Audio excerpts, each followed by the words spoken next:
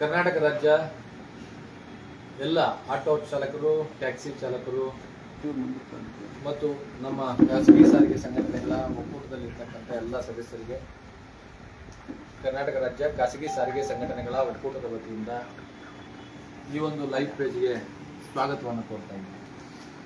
ತಮಗೆಲ್ಲ ಗೊತ್ತಿದೆ, ಕಳೆದ ಒಂದು 15 ದಿವಸಗಳ ಹಿಂದೆ ನಾವೊಂದು ಬೈಕ್ ಟ್ಯಾಕ್ಸಿ ವಿಚಾರವಾಗಿ, ಅದೇ ರೀತಿಯಲ್ಲಿ ಒಂದು ನಗರ ಒಂದು ದರದ ವಿಷಯವಾಗಿ, ಹಾಗೆ ಗೂಡ್ಸ್ ವಾಹನಗಳು ಏನು ಇವತ್ತು ಅಂಕಲ್ ಆಗಿರ್ಬೋದು, ಪೋರ್ಟರ್ ಆಗಿರ್ಬೋದು, ಈ ವಾಹನಗಳು ಒಂದು ಚಾಲಕರಿಗೆ ಕೊಡ್ತಾ ಇರ್ತಕ್ಕಂಥ ತೊಂದರೆ, ಹರಾಸ್ಮೆಂಟ್ ವಿಷಯವಾಗಿರ್ಬೋದು, ಬಸ್ಸು ವಾಹನಗಳ ಮಾಲೀಕರ ಮತ್ತು ಚಾಲಕರ ಸಮಸ್ಯೆಗಳಾಗಿರ್ಬೋದು, ಈ ರೀತಿಯಲ್ಲಿ ಸಮಗ್ರವಾಗಿ ಖಾಸಗಿ ಸಾರಿಗೆಗೆ ಸಂಬಂಧಪಟ್ಟಂತೆ ನಾವು ಒಂದು ಮನವಿಯನ್ನ ಸಲ್ಲಿಸಿದ್ವಿ.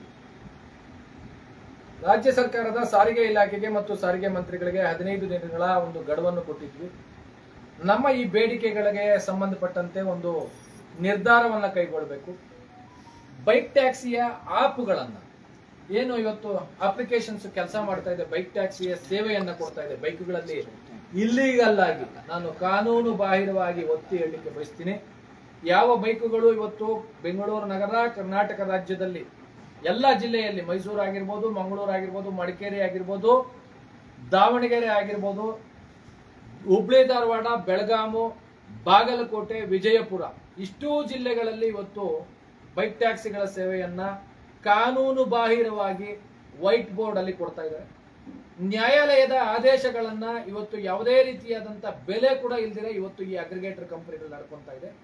ಈ ಅಗ್ರಿಗೇಟರ್ ಕಂಪನಿಗಳ ವಿರುದ್ಧ ಇನ್ಫಾರ್ಮೇಶನ್ ಟೆಕ್ನಾಲಜಿ ಆಕ್ಟ್ ಅಡಿಯಲ್ಲಿ, ಸೈಬರ್ ಕ್ರೈಮ್ ಅಡಿಯಲ್ಲಿ ಒಂದು ಕೇಸನ್ನ ದಾಖಲಿಸಿ ಅದರ ಮೇಲೆ ಕ್ರಮವನ್ನು ಜರುಗಿಸಿ ಈ ಬೈಕ್ ಟ್ಯಾಕ್ಸಿಗಳನ್ನ ನಿಲ್ಲಿಸಬೇಕು ಅನ್ನುವಂತ ಒಂದು ಮನವಿಯನ್ನ ಕೊಟ್ಟಿದ್ವಿ. 26ನೇ ತಾರೀಕು ತನಕ ಗಡುವೆಯನ್ನು ಕೊಟ್ಟಿದ್ವಿ. 26ನೇ ತಾರೀಕು ಇವತ್ತು ಮುಗಿದಿದೆ. ನಮ್ಮ ಒಕ್ಕೂಟದಲ್ಲಿರ್ತಕ್ಕಂಥ ಎಲ್ಲ ಸದಸ್ಯರ ಸಭೆಯನ್ನು ಇವತ್ತು ಕರೆದು ಎಲ್ಲರ ಒಂದು ಅಭಿಪ್ರಾಯಗಳನ್ನ ಕ್ರೋಢೀಕರಿಸಿ ನಾಳೆಯೇ ಮತ್ತೆ ಇನ್ನೊಂದು ಮನವಿಯನ್ನ ಕೊಟ್ಟು, ನಾಳಿದ್ದು ಮಾಧ್ಯಮಗಳ ಮುಂದೆ ನಮ್ಮ ಕಪ್ಪು ಬಟ್ಟೆಯನ್ನು ಪ್ರತಿ ಚಾಲಕರು ತಮ್ಮ ತೋಳಿಗೆ ಕಟ್ಟುವ ಮೂಲಕ ತಮ್ಮ ವಾಹನಗಳ ಮೇಲೆ ಖಾಸಗಿ ಸಾರಿಗೆ ಸಂಘಟನೆಗಳ ಒಕ್ಕೂಟದ ಒಂದು ಬ್ಯಾನರ್ ಕೊಡುತ್ತೆ, ಒಂದು ನಮ್ಮ ಪ್ರತಿಭಟನೆಯ ಬ್ಯಾನರ್ ಅನ್ನ, ಘೋಷಣೆಗಳನ್ನ ಹಾಕೊಳ್ಳುವ ಮೂಲಕ ಮತ್ತು ಒಂದು ಕಪ್ಪು ಬಾವುಟವನ್ನ ತಮ್ಮ ಆಟೋಗಳ ಮೇಲೆ, ಟ್ಯಾಕ್ಸಿಗಳ ಮೇಲೆ ಕಟ್ಟುವ ಮೂಲಕ ನಾವು ಇನ್ನು 15 ದಿನಗಳ ಕಾಲ ಒಂದು ಪ್ರತಿಭಟನೆಯನ್ನ ಮಾಡ್ತೀವಿ ಅನ್ನುವಂತ ಎಚ್ಚರಿಕೆಯನ್ನು ಕೊಟ್ಟಿದ್ವಿ. ಅದನ್ನ ನಾಳಿದ್ದು ಅಂದ್ರೆ ಇವತ್ತು ಬುಧವಾರ, ಗುರುವಾರ ಹೊರತುಪಡಿಸಿ ಶುಕ್ರವಾರದಂದು ನಾವು ಇನ್ನೊಂದು ಮನವಿಯೊಂದಿಗೆ ಸಾರಿಗೆ ಅಧಿಕಾರಿಗಳಿಗೆ ಕೊಟ್ಟು ಅವತ್ತಿಂದ ಮಾಧ್ಯಮಗಳ ಮುಂದೆ, ಮಾಧ್ಯಮ ಗೋಷ್ಠಿಯಲ್ಲಿ ನಮ್ಮ ಪ್ರತಿಭಟನೆಯ ಒಂದು ಇದನ್ನ ನಾವು ಅವತ್ತು ತಿಳಿಸ್ಕೊಡ್ತೀವಿ.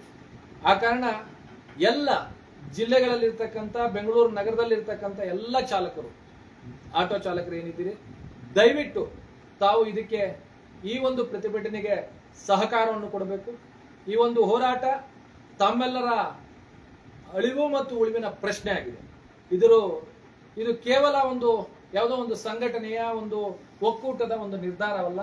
ಇವತ್ತು ತಮ್ಮೆಲ್ಲರ ಬದುಕನ್ನ ಕಟ್ಕೊಳ್ಬೇಕು. ಹೌದು, ನಾವು ಇಷ್ಟು ವರ್ಷಗಳಿಂದ ಈ ಆಟೋ ಚಾಲನೆಯಿಂದ, ಟ್ಯಾಕ್ಸಿ ಚಾಲನೆಯಿಂದ ನಮ್ಮ ಜೀವನವನ್ನು ಮಾಡಿದ್ದೀವಿ, ಸ್ವಾಭಿಮಾನದಿಂದ ಜೀವಿಸಿದ್ದೀವಿ. ಈ ಒಂದು ಸ್ವಾಭಿಮಾನದ ಜೀವನಕ್ಕೆ ಇವತ್ತು ಧಕ್ಕೆ ಆಗಿದೆ.